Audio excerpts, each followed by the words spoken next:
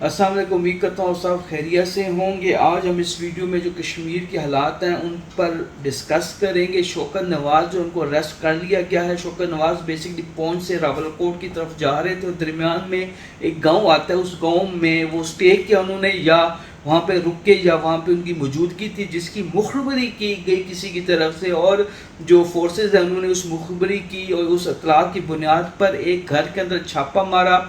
لیکن اس گھر سے وہ برآمد نہیں ہوئی۔ اس گھر سے وہ اس فورسز کی چھاپے سے پہلے نکل چکے تھے۔ اس گاؤں کے ساتھ جو جنگل تھا وہاں پہ وہ رپوش ہو گئے، لیکن سیکورٹی فورسز نے سرچ آپریشن کر کے وہاں سے ان کو اریسٹ کر لیا، اور اب ان کو جو ہے کہا جا رہا ہے، بتایا جا رہا ہے کہ ان کو راولپنڈی منتقل کر دیا گیا۔ اب ظاہر بات ہے ان سے اب تفتیش ہوگی، اور یہ جو دھرنا، یہ جو معاملات چل رہے ہیں اس کے پیچھے کس کا ہاتھ ہے، فنڈنگ کہاں سے ہو رہی ہے، کیا معاملات ہیں، وہ اس بارے میں ان سے تفتیش کی جائے گی۔ سیاسی صورتحال کا اگر ہم یہاں پہ بات کر لیں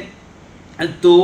سردار تنویر الیاس جو ہیں انہوں نے پیپلز پارٹی کی رکنیت سے جو ہے وہ استعفیٰ دے دیا ہے۔ انہوں نے ڈیمانڈ ہی ایسی رکھی تھی جو کہ پیپلز پارٹی کی قیادت کے لیے جو تھا وہ قبول کرنا، منظور کرنا ناممکن تھا، اور اس بنا کے اوپر اس چیز کو بہانہ بنا کر سردار تنویر الیاس نے جو ہے وہ استعفیٰ دے دیا۔ بیسکلی سردار تنویر الیاس جو ہے وہ سیاستدان تو نہیں ہے، اگر وہ مائنڈ اگر وہ ایک جو ہے موقع پرست ہیں، مفاد پرست ہیں، تو انہوں نے جب دیکھا کہ پیپلز پارٹی کی جو حکومت ہے وہ کشمیر میں نہیں بن سکتی اور بہت مشکل ہے پیپلز پارٹی کے لیے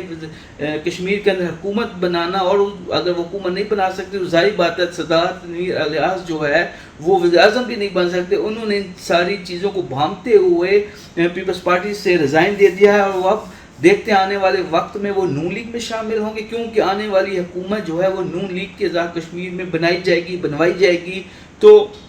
وہ نون لیگ میں شامل ہوں گے یا استحکام پارٹی جو ہے اس کے اندر شامل ہوں گے، کیونکہ کل بھی استحکام پارٹی کے اندر آزاد کشمیر کے اور نون لیگ کے، آزاد کشمیر پیپلز پارٹی کے اور نون لیگ کے کچھ لوگ جو ہیں وہ شامل ہوئے ہیں، 4 سے 5 لوگ، اور جیسے گلگت بلتستان کے اندر معمولی سا حصہ ان کو ملا ہے، ویسے حصہ جو ہے علیم خان کو جو ہے وہ آزاد کشمیر میں بھی مل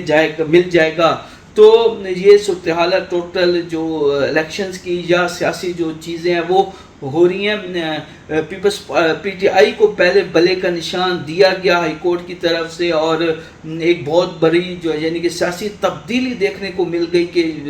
جو کہ کشمیر ہے اس کے اندر بہت بڑی سیاسی تبدیلی آ جائے گی۔ ظاہر بات ہے جب بلے کے نشان پر پی ٹی آئی میدان میں آئے گی تو کلین سویپ کرے گی، چاہے جتنی چیزیں یا جتنی رکاوٹیں